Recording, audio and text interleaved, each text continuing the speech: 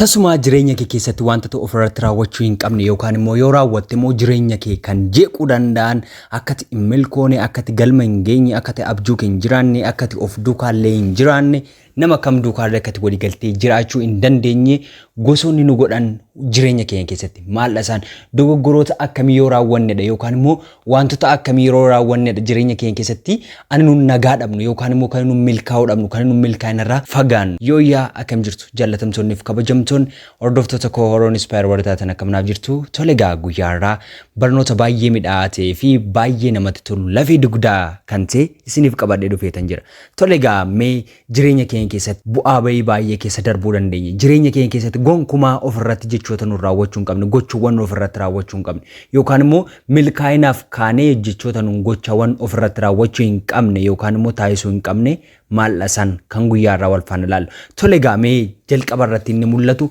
maal nu jireenya keenya keessatti raawwachuu hin qabne wanta nu gonkumaa yoo raawwanne immoo miidhamnu jechuudha tole gaa inni tokkoffaarratti argamu akka mo'amne amanuu dhabuu jireenya keenya keessatti dogoggoroowwan baay'ee hojjechuu dandeenya yookaan immoo dorgommii baay'ee keessa seenuu dandeenya karaa hojiitiin karaa barnootaatiin karaa baay'eetiin hojiiwwan adda addaa keessatti hirmaachuu dandeenya yeroo baay'ee dorgomuu dandeenya yeroo baay'ee yaaluu dandeenya irra deddeebinee yaalla garuu immoo yoo mo'amne akka mo'amne sana hamannee fudhachuu dhabuun kufaatii guddaa nu saaxila kufaatii guddaa keessa darbeellee ofitti amanamummaan keenya akka inni garbuu akka nuun waan biraa irra dabarree yaaluu hin dandeenyetti akka boolli fuuldura keenya jirutti akka nuun sodaannu nu taasisa dogoggoroowwan hojjennee mo'amne yookaan immoo akka xaba sana ala taanu taane sana adda baafannee beeku maalirraa kaanedha inni nu mo'amuu danda'e mo'amuu gaafa amanuu dhabnu ani mo'amuu hin qabu ani akkasidha jennee konfidensii qabaachuun kan jiru ta'ee osoo jiru garuu mo'amuu kee yookaan immoo xabaala ta'uu kee sana amantee hin fudhattu taanaan kufaatii biraaf dabarree si saaxila akkati ofirratti amanatamummaan qabaanne si taasisa akkati nama duukaa waliin galle si taasisa namoota duukaa hojjettu duukaa namoota duukaa jiraachuuf jirtu duukaa akkati walii galtee hin jiraanne akkati gara fuulduraatti hin tarkaanfanne si taasisa waan ta'eef tokkoffaarratti inni argamu nama kamuu duukaa jiraachuuf mo'amuu kee hamani dogoggora hojjettee mo'amte san amantee yoo fudhatte dogoggora keessanirraa barattee dabarte isa carraa lammaffaa dhufu sanaaf akka dabartee hin kufneef humna sii ta'a yookaan si kakaasa si dammaqsa waan ta'eef enerjii sii ta'a humna mataasaa danda'e waan sii ta'uuf kufni keessum mataansaa humna danda'ee ittiin gara dhufuuf jabaattee humna guddaa godhattu sii taasisa waan ta'eef dogoggora kee hamanii fudhadhu kufaatii kee hamani yoo kufaatii kee hamante yookaan yoo mo'amuu kee hamante carraa biraa dabarsitee ofiif laatta waan ta'eef kufaatii kee hamanii fudhadhu inni lammaffaaratti argamu hunda gammachiisuuf yaalu kufaatiin kufaatii caalu isa kanadha nama hundumaan gammachiisa nama na duukaa hojjetu nama na duukaa jiraatu hiriyaa koo obboleessa koo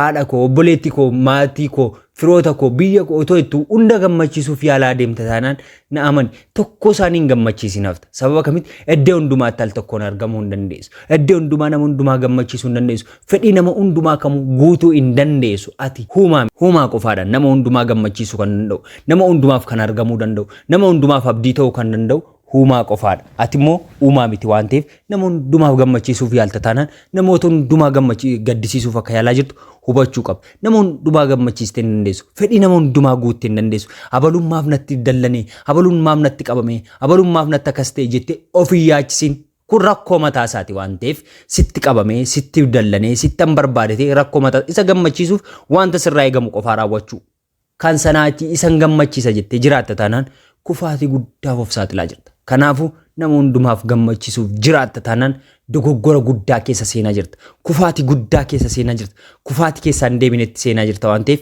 irraaf qusadhu tole gaa inni sadeffaarratti argamu shakkaa jiraachuu yookaan shakkaa hojjechuu kun kufaatii guddaaf si saaxila yoo shakkaa jiraatte yoo shakkaa hojjette yoo shakkaatiin kufaatii guddaaf si saaxila wanta hojjechuuf jirtu humna keessa kee jiru dandeettii keessa kee jiru shakkaa hojjetteennaan shakkaa jaallatteenaan shakkaa duukaa jiraatteenaan jireenyi kee jireenya summii keessa jiraachuu fakkeenya tokko yoon si fudhadhe bishaan gaanii guddaa keessa summii qadaada tokko yoo buuste yookaan summii xiqqoo ishee yoo itti dabalte bishaan sun guutummaa guutuutti in bada yookaan immoo dandeettiin nama ajjeesuunsaa guddaadha garuu summii sana dhaqattee galaanatti yoo naqxe waa tokko miidhaa namarraan ga'uu hin qabu. Sababiin isaas galaana guddaa sanatti summii sana fudhatee deema waan ta'eef.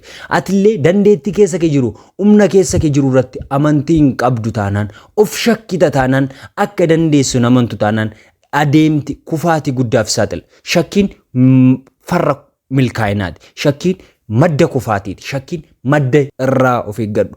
Shakkii wanta hundumaa hin shakkita taanaan, wanta hundumaa hin shakkita taanaan, wanta hojjechuuf kaatu irratti tarii yoo ta'uu didee yoo ta'e yoo akkas ta'e jettee yaaddota taanaan hin shakkita taanaan shakkiin kee sun si takaalee fuuldura kee taa'ee si eeggata waan ta'eef irraa of qusadhu.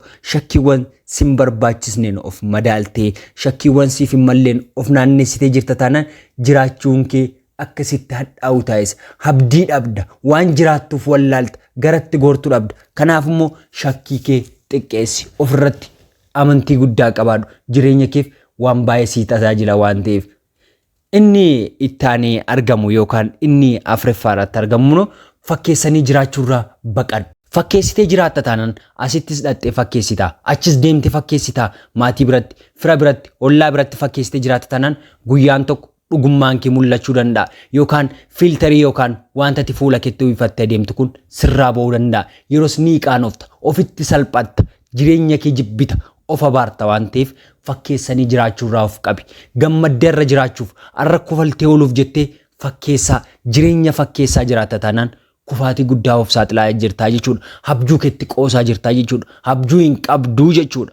Mul'ata hin qabduu jechuudha. Namoonni fakkeessanii jiraatan, namoonni fakkeessuun jiraatan namoota mul'ata hin qabne, kaayyoo hin qabne, abdii hin qabnedha. Namoonni fakkeessuun jiraatan. Kanaaf immoo ati abjuu guddaa qabda, milkaa'ina guddaa yaadda, iddoo guddaa yaadda taanaan maalti of shakkiitti si geessaree yookaan immoo namoota shakkuutti si geessa. Kanaafuu fakkeessanii jiraachuurraa of qusadhu. Inni shanaffaarratti argamu immoo itti gaafatamummaa fudhachuu hin sodaatin.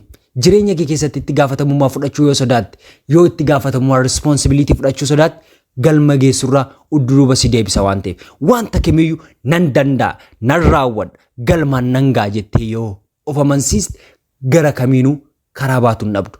Jireenya isaanii keessatti namoonni milkaa'ina guddaa ga'an yookaan milkaa'ina guddaa goonfatan, namoonni milkaa'ina guddaa jireenya isaanii keessatti dhufan namoota itti gaafatamummaa fudhatan, namoota balaa hin sodaanne, namoota itti gaafatamummaa guutuutti rakkoon tokko yookaan waa tokko manaaj godhe yookaan geggeessummaan kamuutti laatameennan anaaf naa ta'a. Kanaafuu nan geggeessa, nan raawwadha jedhanii namoota jiraatanidha. Namoonni kaayyoo isaanii jiraatan itti geggeessummaa yookaan itti gaafatamummaa hin sodaatta taanaan jireenyi kee jireenya gadaantee waanuma jijjiirama hin qabne achumee warra akka booyyee arras sanuma qulqullaa'an utoo itti eegdu boor xuraa'ummaa keessatti argitu, boor arra jijjiiramanii utoo boor kufaatii keessatti namoota argitu taata. Kanaaf immoo jireenya booyyummaarraa jireenya itti gaafatamummaa fudhadhuuti jireenya kee jijjiiri. Kana raawwatu taanaan garuu itti gaafatamummaa fudhachuu sodaatta taanaan kufaatii guddaaf of saaxiltaa jechuudha. Inni ja'affaarratti argamu immoo yaaddoof sodaa keessa kee jiru ajjeesi. Yeroo baay'ee namoonni milkaa'uu hin dandeenye yookaan gadafan ni yaadda'u, ni sodaatu. Waa tokko hojjechuuf yoo jedhan yaaddoo guddaa keessa galu, hin sodaatu. Yoon akkas ta'e, yoon kufee, yoon achiin kasaaree, yoo maal narra ga'ee, yoo maatiin kun jibbanee, sababan kana hojjedhuuf yoo maatiin kun irraa deemanii. Yaaddoowwan kun yaaddota hin jirre yookaan yaadota gara fuulduraatti jireenya keenya keessa dhufuu hin dandeenyedha. Yaadota nun ofirratti maddisiisuun ofiin yookaan of takaalluu jechuudha. Kun immoo ta'uu hin qabu. Milkaa'ina keenyarraa udduuba nu gottota waan ta'eef, gadi nu hambisa waan ta'eef, gara udduubaatti akka nu deebinu nu taasisa waan ta'eef jireenya keenya keessatti tasumaa wanta nu gochuu hin qabnu, wanta abjuu keenyatti nu deemsisu, wanta galma keenyatti nu geessisurraa udduuba dheessuu yookaan sodaachuu yookaan yaadda'uu wanta kamuu jireenya kee keessa ofitti amantee qabaattinnaan hojii sanarratti yaaddoo kamuu yoo si mudate keessa akka darbartu umni keessa kee jiru sitti hima, onneen kee sitti hima, si beeksisa miirri kee waan ta'eef sodaaf yaaddoo keessa kee injifadhu. Yoo sana injifatte wanta sodaattu sana yoo dalagde wanta sana yoo hojjette kamuu injifachuu dandeessa waan ta'eef sodaa keessan injifadhu. Yoo sodaa keessa injifatte galma barbaadde geessa. Inni dhumaffaaf torbaffaarratti argamu immoo abdii hin kuttiin. Namoonni abdii kutatan galma hin ga'an. Wanta barbaadde yeroo baay'ee irra deddeebi'een sitti hima. Yaaluu dandeessa, feel ta'uu danda'a, yaalta, hin kufta. Garuu abdii kutatta taanaan abdiin keessun karaatti hafaa jechuudha. Galma barbaadden geenaft osoo hawwitu hawwii kerraa osoo yaaddu yaada kerraa akka dudubaaftu kan si taasisu abdii kutuudha. Tasuma abdiin kutiin wanta kamirratti dukkan nama barbaade yoo dheerate bari'uun isaan oolu. Gufuu nama barbaade yoo baay'ate sana darbuun keen oolu. Qoraattiin barbaade yoo fuuldura kitaayii sanaa booda aara galfii guddaa jira waan ta'eef chaalenjiin barbaade, dhiphuun barbaade, gaddi barbaade, yaaddoon barbaade kamuu si mudachuu danda'a. Tasuma garuu abdiin kutiin abdii booda ifa guddaa jira. Abdii booda gammachuu guddaa jira. Abdii booda aara galfii guddaa jira waan ta'eef tasuma hojii keerratti, maatii keerratti, hiriyyaa keerratti, fira keerratti abdiin kutiin rakkoo har'aa laaltee, dhiphoo har'aa laaltee, gadda har'aa laaltee akkati abdii kutattuuf waan baay'ee si mudachuu danda'a. Garuu tasuma abdiin kutiin. Tole egaa wantoota kanarraa waan baay'ee akkasiin barattan abdii guddaan qaba. Barnoota biraan hanga walitti deebinutti turtii gaarii. Yoo isinitti tole ta'e like, share, subscribe gochuun maatii keenya ta'a.